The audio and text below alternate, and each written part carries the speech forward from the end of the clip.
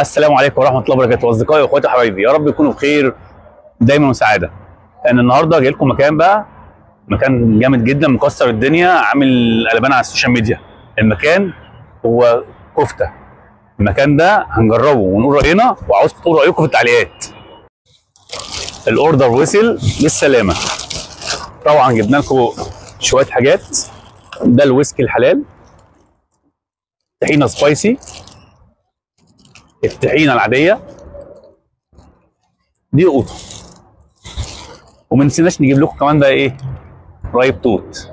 المكان مشهور بالموضوع ده. ونطلع البوكس مع بعضينا كده،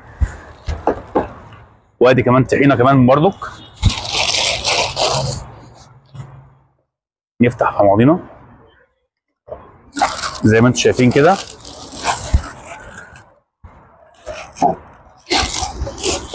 البوكس ده 4 سندوتشات، 2 كفته زي ما انتم شايفين المنظر كده ماشي، ومعاه 2 حواوشي.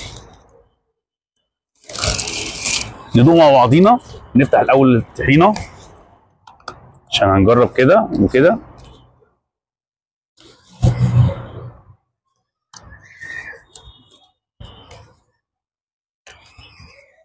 وادي كمان الويسكي، خليه جاهز. نبدا بالكفته.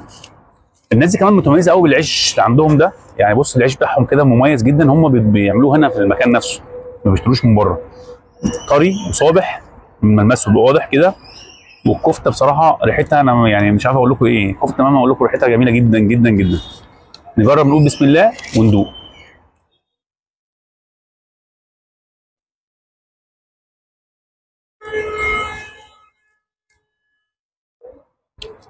واه، طعم الكفته حلو قوي قوي قوي. يعني حتى بص التتبيله بتاعتها حلوه قوي، طعمها حلو قوي. هنجربها طبعا بالطحينه.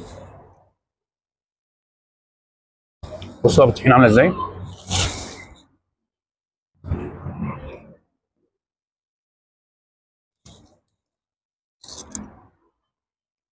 السندوتش ده اديله 10 من 10.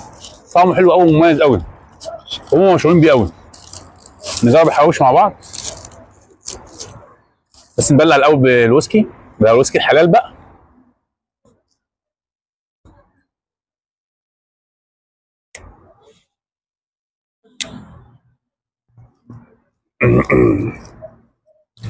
هو ده عادي يعني. الحواوشي طبعا زي ما انتم شايفين كده. نفتح مع بعضينا كده. العيش بتاعهم مختلف عن اللي بره خالص، يعني مش مدور، تلاقيه مستطيل كده واخد بومبي ماشي. وده منظر الحواوشي من جوه. الرق كويس. شكل يعني بص، شكل الحواوشي من جوه انا شايف انه كويس. دوق طعمه كده.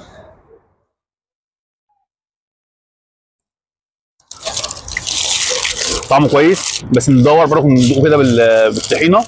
مره ندوقه من غير طحينه. يلا.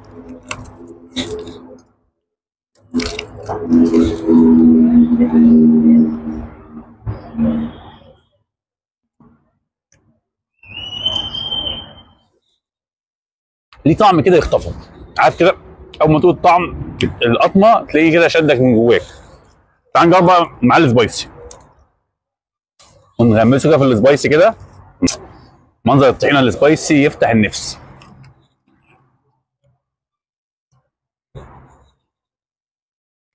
ده جماله. ده بقى لازم نديله شويه ويسكي ده.